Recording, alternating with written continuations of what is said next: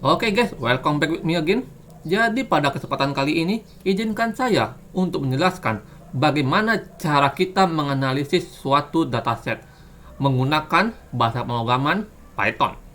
Nah, untuk menganalisis suatu dataset, kita perlu melewati beberapa tahapan terlebih dahulu guys. Yang pertama adalah tahapan data wrangling.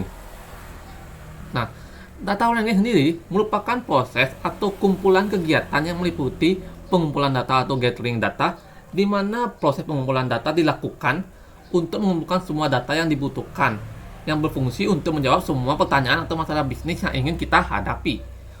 Selanjutnya adalah penilaian data atau assessing data, di mana setelah semua data kita kumpulkan, proses selanjutnya ialah penilaian terhadap data tersebut.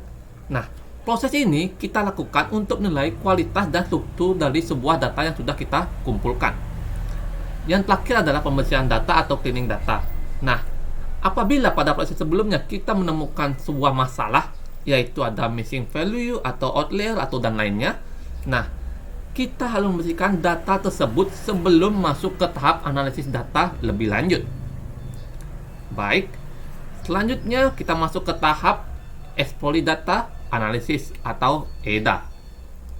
Nah, tahap ini merupakan tahap eksplorasi data yang telah dibersihkan guna memperoleh insight dan menjawab pertanyaan dari analisis. Nah, pada proses EDA ini, kita akan sering menggunakan teknik dan parameter dalam deskriptif statistik yang bertujuan untuk menemukan pola, hubungan, serta membangun intuisi terkait data-data yang diolah. Nah, selain itu, tidak jarang kita juga menggunakan visualisasi data untuk menemukan pola dan memvalidasi parameter deskriptif statistik yang diperoleh pada tahap EDA ini. Nah, untuk tahap terakhir, kita masuk ke tahap data visualization atau visualisasi data, yang merupakan tahap untuk membuat kesimpulan dan mengkomunikasikannya melalui visualisasi. Nah, visualisasi data ini juga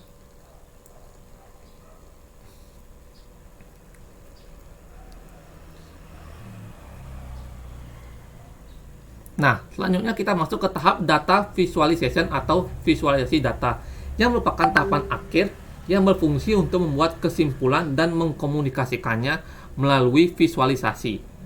Nah, visualisasi data akan membantu kita dalam menyampaikan cerita atau temuan dari asal ini. Oke, masuk ke tahapan terakhir, yaitu tahapan data visualization. Nah, tahapan ini merupakan tahapan yang berfungsi untuk membuat kesimpulan dan mengkomunikasikannya melalui visualisasi.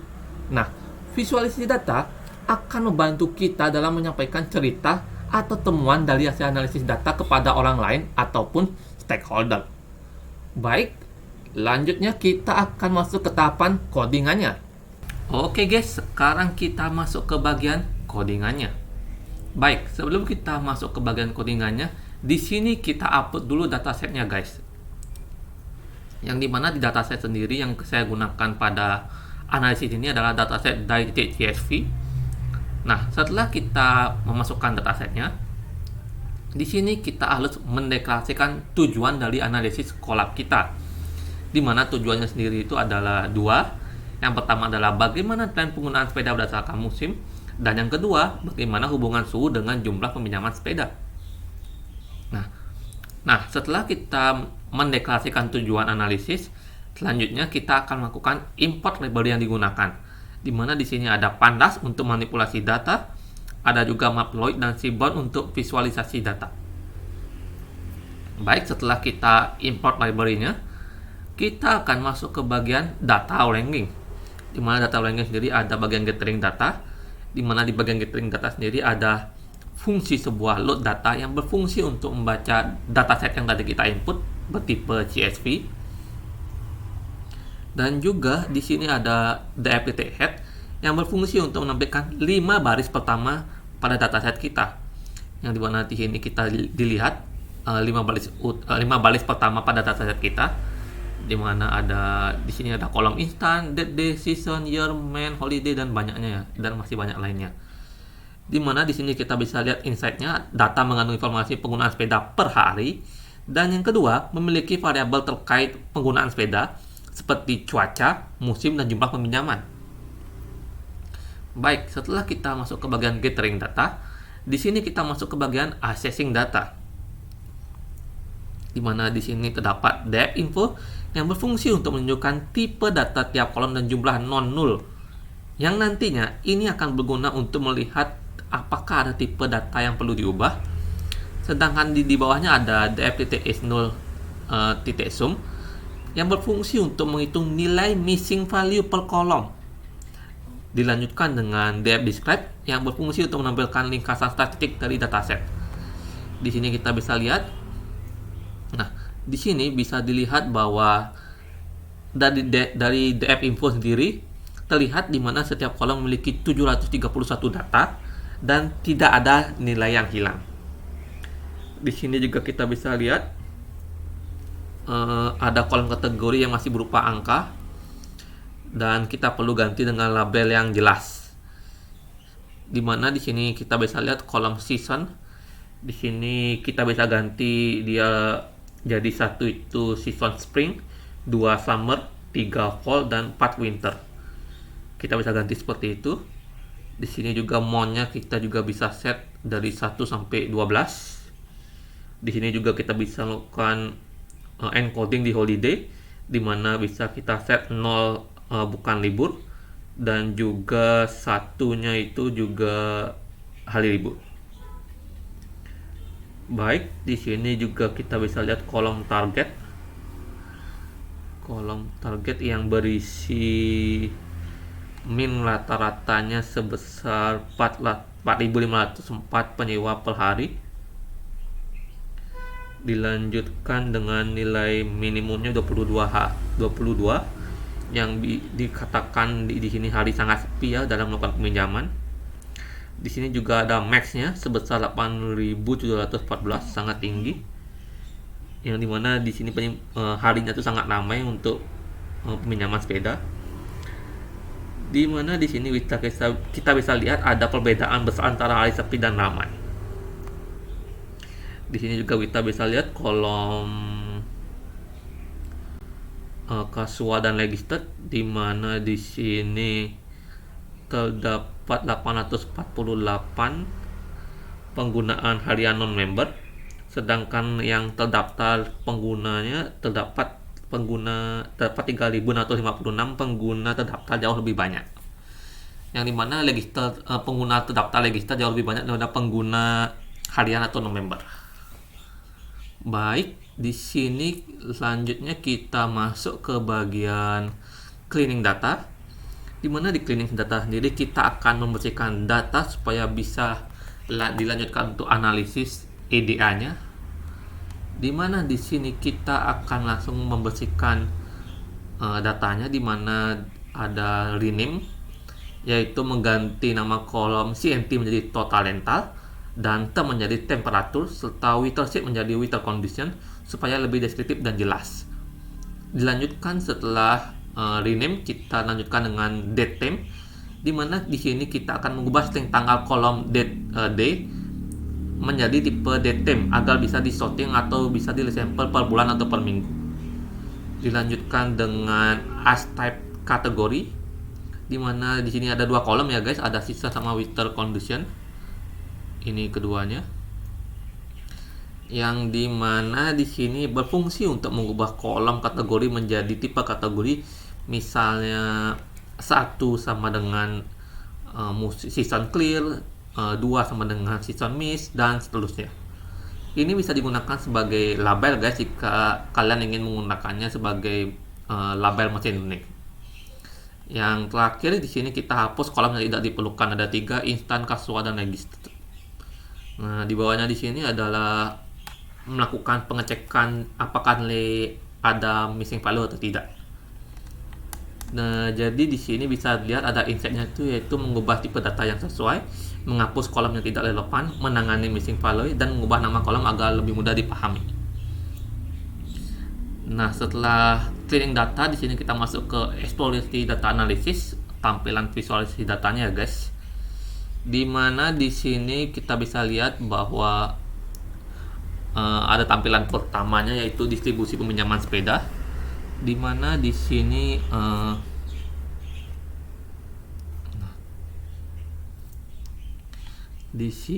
kita bisa codingan dulu ya.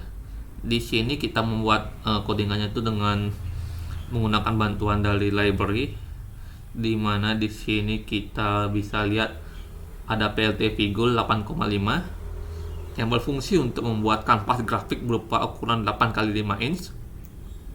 Selanjutnya ada SNS Heatplot yang dimana di sini berfungsi untuk membuat sebuah histogram yang di bawahnya ini, dengan kolom targetnya adalah total install. Dan di sini juga ada PLT title yaitu membeli judul, dan juga ada PLT X label dan Y label untuk membeli label, dan PLT show untuk menampilkan grafiknya. Di sini juga saya tambahkan data frame-nya, total rental, supaya lebih gampang untuk dibaca nanti. Di sini kita masuk ke bagian grafiknya. Bisa dilihat di sini grafiknya. Di sini ada juga diaframe-nya. Nah, di grafik sendiri kita bisa lihat bahwa distribusi hampir normal dengan sedikit skew ke kanan. Nah, di sini juga bisa lihat rata-rata peminjamannya sekitar 4.504 sepeda per hari dengan variasi cukup besar, atau STD-nya 1937. Selanjutnya di sini juga bisa kita lihat ada mayoritas peminjaman berkisar antara 3.152 hingga 5.956 sepeda per hari IKR.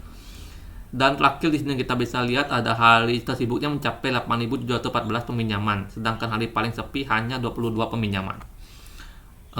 Insight yang saya tadi bacakan bisa dilihat juga di sini di bagian data frame, di mana di sini kita bisa lihat rata-rata peminjamannya sekitar 4.504 sepeda per hari.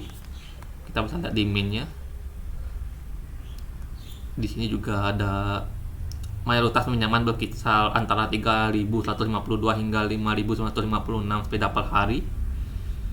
Dan juga di sini kita bisa lihat hari tersibuknya mencapai 8.714, sedangkan hari paling sepinya hanya 22 peminjaman.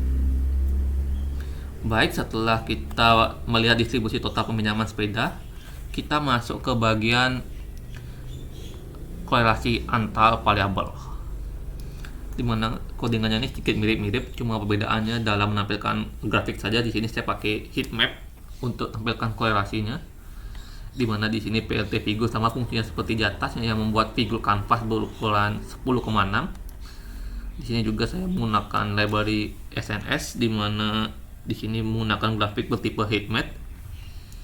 Yang selanjutnya di sini kita beli judul heat map korelasi antar variabel dan tampilkan.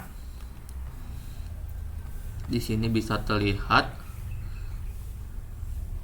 grafiknya, di mana di sini peminjaman meningkat seiring waktu, terutama pada musim hangat. Yang kedua juga kita bisa lihat di mana ada suhu tinggi plus 0,63 yang meningkatkan peminjaman, sementara cuaca buruk yang min 0,30 dan angin kencang yang menurunkannya sebesar min 0,23 yang menurunkan peminjaman sepeda. Selanjutnya di sini kita bisa lihat hari kerja atau libur tidak signifikan dalam peminjamannya, jadi peminjamannya tetap stabil. Selanjutnya di sini kita masuk ke bagian explore penggunaan sepeda berdasarkan musim. Di sini saya menggunakan bar chart yang sederhana ya, dimana di sini codingannya hampir sama, yaitu PLT Figure untuk membuat kanvas dengan ukuran 8,5. Di sini saya menggunakan bar plot dengan kolomnya X-nya adalah sisa dan kolom Y-nya adalah total rental. Habis itu kita masukkan judulnya tren penggunaan sepeda berdasarkan musim dan atur labelnya X dan Y namanya. Di sini kita bisa lihat bahwa musim dingin sendiri peminjaman terendahnya kita bisa langsung lihat di data frame-nya. Di sini kita bisa lihat bahwa musim dingin sendiri yaitu season 1 kita bisa lihat peminjaman terendahnya sebesar 471.000 ya, dan min-nya kita bisa lihat 26.000 sekian. Dimana selanjutnya ada season 2 juga 918.000 dan min-nya juga 4.992.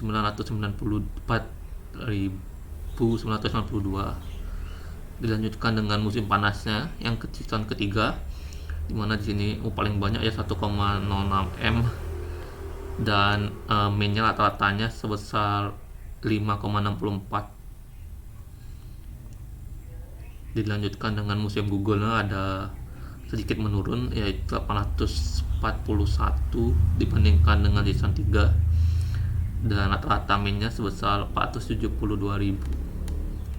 Di sini kita bisa lihat bahwa season 1 sendiri merupakan peminjaman terendah. Untuk musim semi kedua peminjamannya naik, sedangkan untuk musim panas ketiga peminjamannya paling tinggi dikarenakan cuacanya yang paling ideal, dan musim gugur sedikit menurun dari musim panas 3, dimana dikarenakan cuacanya sudah mulai dingin. Terakhir kita bisa melihat grafik explore hubungan suhu dengan peminjaman, dimana codingannya hampir sama ya seperti di atas. Jadi di sini kita langsung masuk ke grafiknya saja, dimana di sini bisa dilihat bahwa yang pertama korelasi positif 0,63, yang dimana semakin tinggi suhu semakin banyak peminjaman. Di sini yang kedua kita bisa lihat peningkatan signifikan pada suhu 20 sampai 30 derajat Celcius menunjukkan kondisi ideal untuk melakukan bersepeda.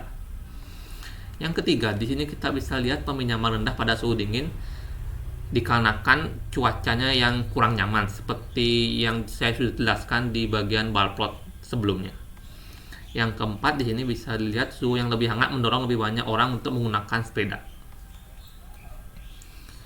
Nah, selanjutnya di sini kita akan menjawab pertanyaan dari tujuan analisis di atas, yang dimana di sini sebenarnya sama dengan sebelumnya yang bagian bar plot.